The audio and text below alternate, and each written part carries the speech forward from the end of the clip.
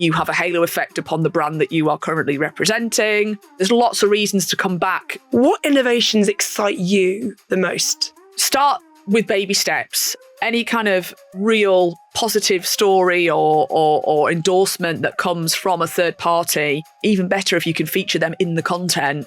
Welcome back to this week's Gear Change episode of the Drivetime podcast. I'm delighted to be joined again in the studio by Michelle Harris, Head of Auto for LinkedIn. We've got some brilliant top tips for you in this week's episode, so stay tuned and you'll make the most of what is probably the biggest professional networking tool you can get your hands on.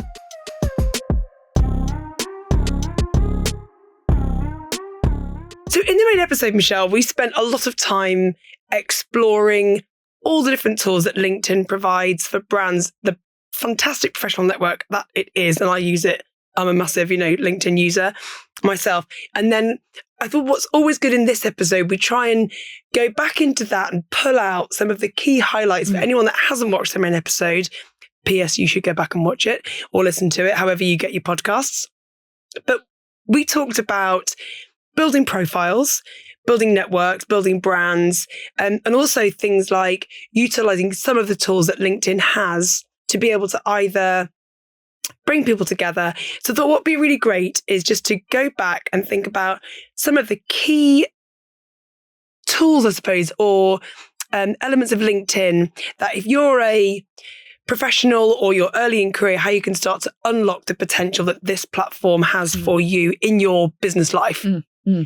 Yeah, so I would say get started, which was something that came out of the original episode. I think many people are quite nervous about having a presence on LinkedIn. It can feel a little bit daunting, making the first step into creating any content. So I would definitely say get started, because if you're at that early stage of your career, you're really trying to look to build your network and actually initially look around and see who do you know already that could be part of that network. Early place to start, easy place to start is friends, family. But then maybe beyond that, maybe that you've had a part-time job, or you might want to think about some of the volunteering experience you've had, work experience, etc., and start to maybe layer in some of those people. And then from there, you can start to build your network. If you think about what interests you, whether it's professionally or personally, you can start to look at organizations and individuals that are within that sphere. And by connecting with them, or at least by following them, you will get an understanding of the kind of content that they are sharing that could give you some inspiration for your own. So I would definitely use that as a kind of starting point.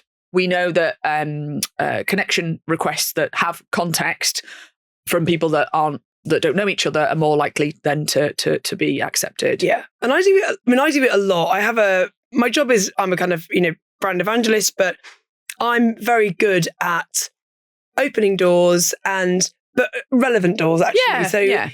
One of the things I've noticed sometimes you will get those requests from people and then you immediately get a message and it feels like it's automated. And I think that's the thing where, yes, of course, some people are using it to do a lot of, big targeted campaigns. If it's personal one-to-one, take the time to write an individual message, because often it'll say, it prompts you, connection to one, like to respond with a note with the invitation. Yeah. So I'm contacting you because I'd like to connect because.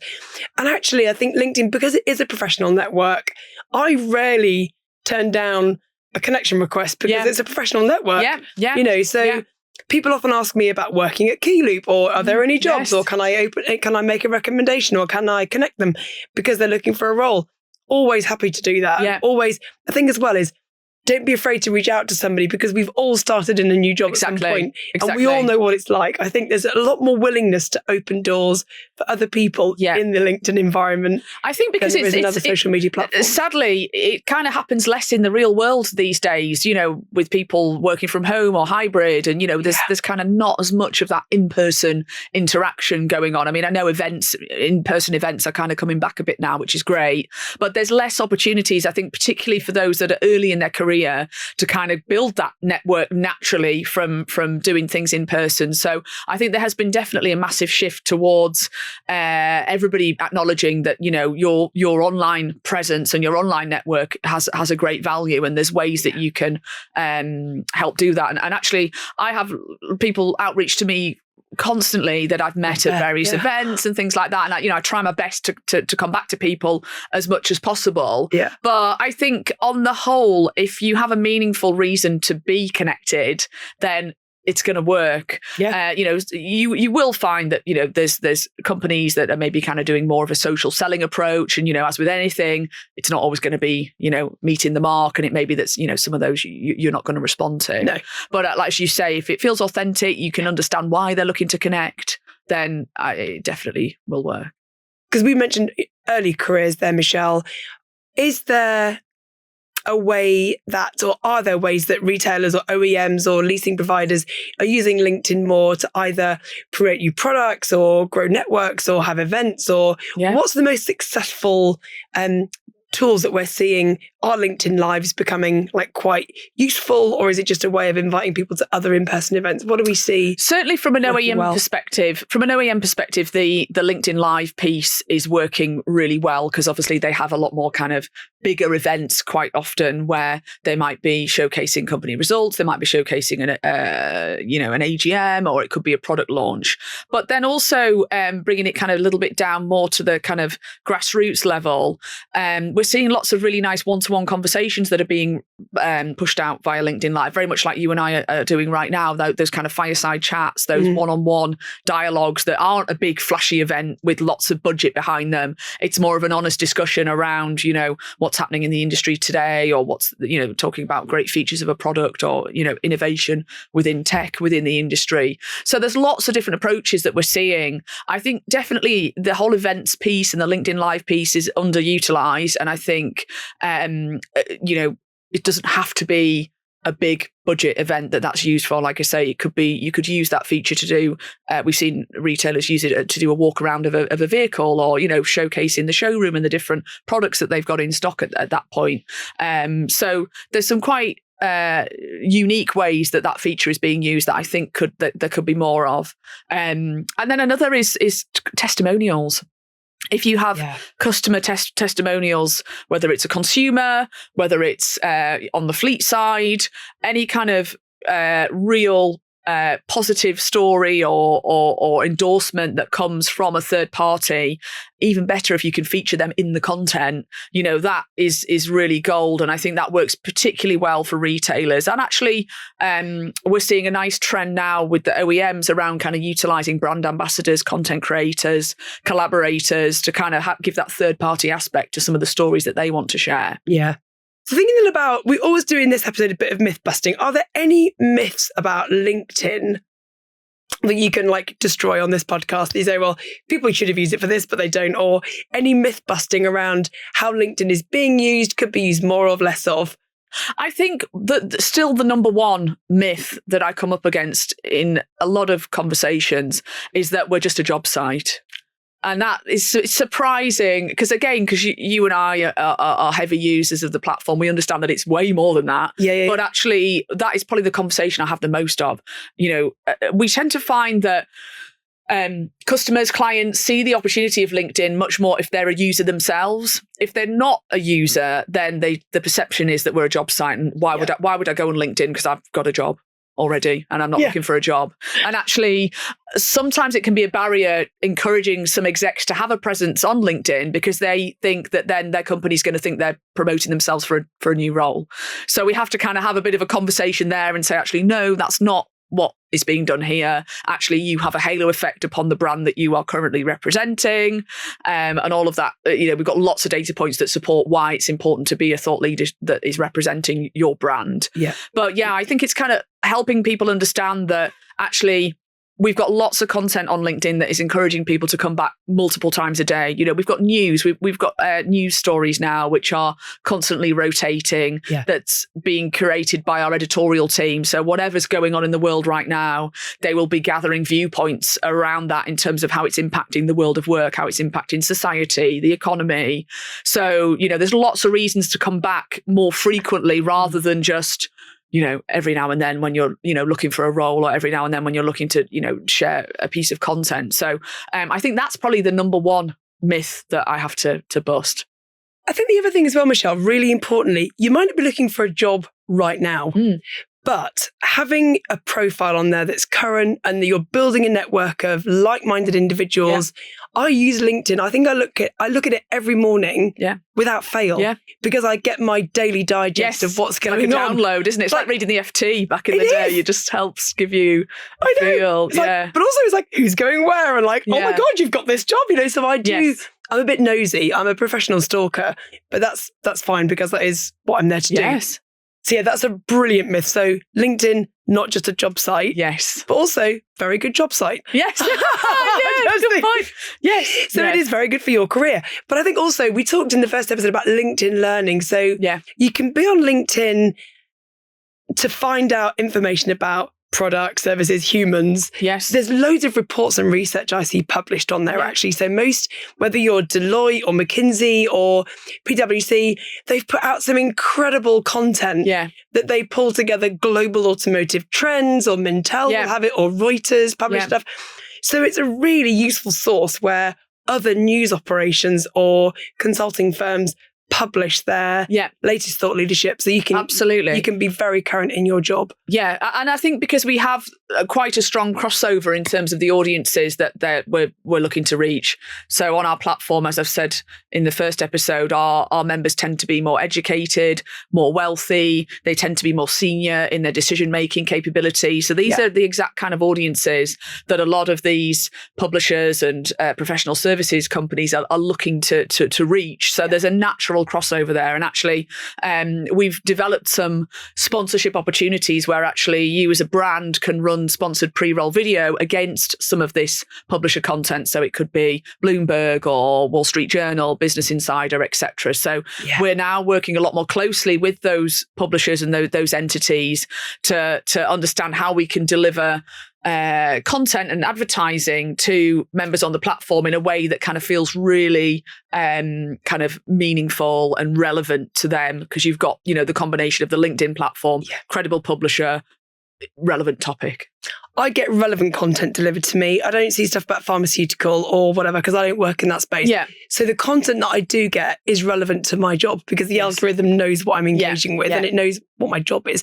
So I think that's really helpful. So if you're an individual and you're worried about being on LinkedIn because people think you're looking for a job, you're probably more likely to get promoted if you're on LinkedIn anyway. Absolutely. There's any data about that. To say people that use LinkedIn are X times more likely to get promoted because you're up to date with you know what the current trends are, you're educated and informed, and you're building that network. Of course, and you're ambitious, and why wouldn't you be? So I love that. Thinking about you then, is there a tech tool that you can't live without, apart from LinkedIn, obviously? But so LinkedIn is owned by Microsoft. So and that opens up a whole load of different tools for us. The primary one right now is Copilot. That does a lot. And I think that's kind of become my kind of tool of choice. One thing that I find really useful is if I'm going to be going into a conversation with a customer, I can just do some searches within Copilot to understand a little bit about their organization, that individual. And it just kind of sets me up to kind of feel like I've already kind of warmed up my knowledge of that person and that company before I then have that initial conversation. So I think it's kind of almost like a kind of research tool, but a slightly kind of softer research tool. I don't want to go in there and be hitting them with stats, but I feel like I kind of have a bit more confidence in my own approach by having that kind of backdrop of easy to digest information by doing a few searches on Copilot. So that's probably my favorite right now. First of all, I didn't know that LinkedIn was owned by Microsoft. I didn't know that. I don't know why I didn't know that, but I didn't know that. Yeah. So full disclosure. And I love actually saying, I didn't know that I was this years old when I found that out. Yeah. But yeah, Copilot, massive game changer. So if you have Microsoft 365, which we do, we're fully in. We have teams and it can connect. Again, I've built agents in my Copilot. Excellent. To help me to pull together email outreach. Can you build so it's built my whole program schedule for the Drivetime podcast. So it's like, go through my diary, find all the podcasts I've recorded, put them in order, So it does all of that. It's built, I'm just using it all the time and I'm getting better at it all the time. So. And I would say don't be afraid to start with the kind of agent piece. And actually what you're doing there, I would say is quite advanced. So, I think start with baby steps and just kind of do some simple tasks to begin with. But actually the possibilities are unbelievable. Almost endless. One of the things as well that we're learning, we have like AI evangelists across Clearleap and we have different people using different level of skill. But the thing to know about Copilot is it's in your own enterprise environment, which means it's only pulling data within your own like walled garden source, which is really helpful to remember that you're not putting it out on OpenAI. So it's about using AI in a way that's safe to use to be able to harvest your own data and insight. So around your own SharePoint, or it could be pull together all the PowerPoint slides that have everything to do with this on it. And it can pull it all together. You go, here are the sources. And you're like, oh my God, that saved me hours of trawling SharePoint. Yeah. So Copilot, absolute brilliant, game changer, brilliant. Thinking about innovation then, because you've worked across a number of really innovative products companies, whether it was Fiat, then obviously Auto Trader was when we were there both together at the same time, and now LinkedIn. What innovations excite you the most? I'm really excited by the whole connected TV space right now. Yeah. Mainly because, I come from a historic background in automotive where TV was very much, one of the primary media channels. Certainly from a budget perspective, it was probably taking the lion's share. And I mean, many OEMs will have spent millions and millions in that channel. I mean, just the production alone. But also the media cost and of course, we all know why, because that was the primary channel that there was, many years ago. And since this whole evolution of digital, of course, there's many different channels to consider right now. But I kind of like the way that the connected TV space is kind of bringing it back again. And we're kind of, we're meeting people at those moments where they are on the big screen, and actually that it has a real impact. If you see a piece of creative that is really well put together and it's on a big screen, that does have resonates very, very well with potential consumers. So I kind of like this resurgence because I find the whole connected TV space interesting because the barrier to entry is much way, way lower. You don't need millions of pounds to run a connected TV campaign, which actually means it opens up opportunities for retailers. Yeah. Whereas previously it would only really be the very big players that could afford to run in anything in that space. So with the connected TV offering, we're finding that a lot of clients that we work with are actually targeting, their fleet audiences with a certain type of creative, which would be, it just wouldn't be possible, or the wastage would be just so ridiculous that they wouldn't have ever considered that. So I think explaining how connected TV works then, because I think if you haven't heard about this concept, what's the simplest way that we can explain it? So you're targeting, I'm a fleet operator. Yes. So you've got me through LinkedIn. You know that I'm using LinkedIn as a platform, or you've engaged me that way. I then go home, or I'm at home engaging with it. Yeah. So the IP address, I then switch on my TV and I'm watching a program. Yeah. That can then retarget me in that program because it knows that's my household. Is that right? Have I understood that right? Yeah. So basically we work with a network of publishers, devices across the connected TV space. And we have connections with those publishers so we can understand when you, Jackie Barker, are at home watching your connected TV device. Right. So, and then we can, in our back-end tools, we can weave that into your campaign. So then we know that your connected TV campaign that you're running across LinkedIn with your LinkedIn targeting is then being expanded across the connected TV. So you're getting in front of that specific target audience. And I think the thing about advertising, the first thing I ever learned, because my first ever job was selling classified advertising, was register, read, respond. You need to have repeated creative. Don't get me once, get me many times. Yes. And then it's like the DF. The analogy we used to use was people aren't all buying sofas every week, but people are advertising sofas all the time. So when you come into market, absolutely, who's front of mind? There you go. That's the thing. Yeah. And I think that does get a little bit forgotten these days because there's quite a focus around driving leads and inquiries. And I think a lot of brands get quite caught up with trying to drive efficiency in the lower funnel, but actually buying a car, whether it's a fleet or as a consumer, is a big decision to make. Yeah. So you need to be exposed. I think it's something like at least 12 pieces of content need to be exposed before you're going to make a decision. Yeah. So how do we get that frequency up? Connected TV is an amazing way to do that because you're reaching that audience when they're off the LinkedIn platform, and you can track it as well because it's connected TV. You're not just putting it into the ether and it's being delivered to everybody's TV. Yeah. It's only the people's TV who might have already engaged with your content anyway. Exactly. And then what's interesting for us is that we can then track the downstream action. So we know if somebody that has been exposed to connected TV then goes on to visit the website or then goes on to engage with more content around that brand on the LinkedIn platform and eventually might make an inquiry to book a test drive. Yeah. We can track that whole journey through. So we can demonstrate the value of the upper funnel connected TV, video, whatever that format might be around driving awareness. We've got the tools to do that. And I think it's really important that brands don't forget how important that role is. So also then you mentioned it's accessible now to retailers. So if you've got a large franchise retail group and you're running a campaign over a weekend or you've got some offers or you've got tactical marketing, you could probably run something to a local audience through connected TV and on LinkedIn and on other kind of social platforms because you're just laser focused on the geography or the target audience that you can get to. So it makes it much more affordable. Yes, absolutely. And I think a little bit more about what I said in the first episode around sometimes being too niche can be a challenge because it can get quite expensive and also it doesn't enable the algorithm to kind of, find the right individuals so easily.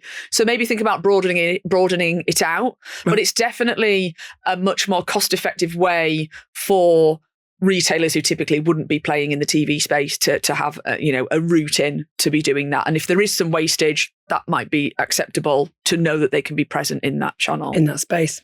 Brilliant. Okay, so the other thing we have a traditional Miss podcast is about a dream road trip destination that you may have been on or that you want to go on. I know you've kind of traveled quite a bit, but also, you love simple pleasures like Norfolk and we kind of both talk about loving Norfolk. So are there any dream road trip destinations that you've been on or that you are planning to or you'd like to plan to go on? Well, actually, this is very timely because literally a week today, I am flying to Canada to do a road trip.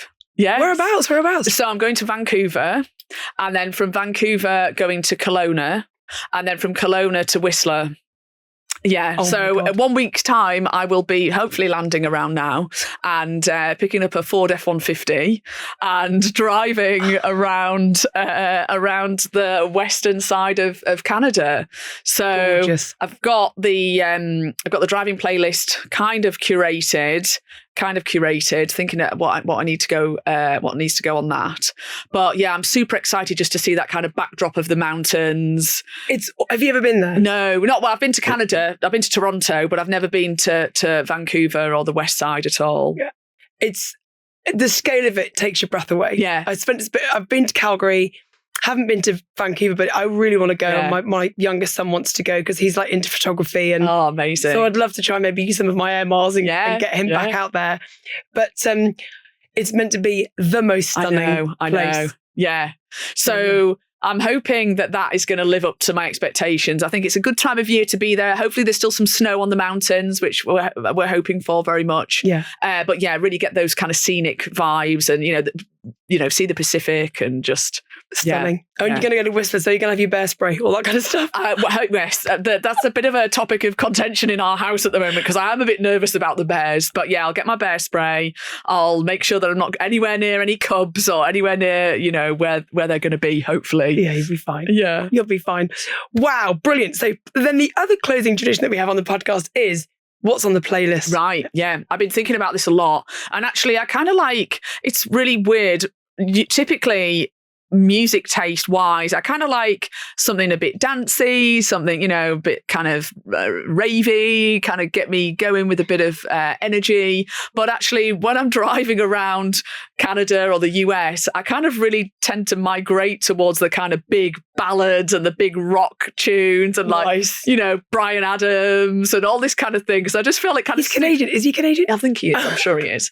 I'm sure he is. So I just feel like those kind of tunes really kind of, match with the backdrop of the whole environment. So yeah, I'm kind of migrating towards kind of more like rock, big power ballad style. A good Bryan Adams rock power ballad. Yes. Right. I'll find one and we'll put it on the playlist. Brilliant. For you. So brilliant. And I can't wait to hear about your trip. Yeah. That is absolutely fantastic.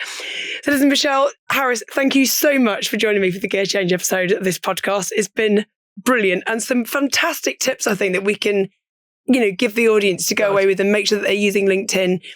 Absolutely use it, because it's an amazingly versatile, free tool that can help you do your job better, connect with more people, learn more stuff, get promoted, whatever. So thank you so much for joining me. It's been an absolute pleasure. And, as a friend, I've really always enjoyed spending time with you. So thanks. It's been amazing. Thanks for having me, Jackie. Thanks again to Michelle Harris for staying with me for that Gear Change episode of the Drivetime podcast. Don't forget, if you're watching us on YouTube, give us a like, follow and subscribe. You'll never miss an episode of the Drivetime podcast.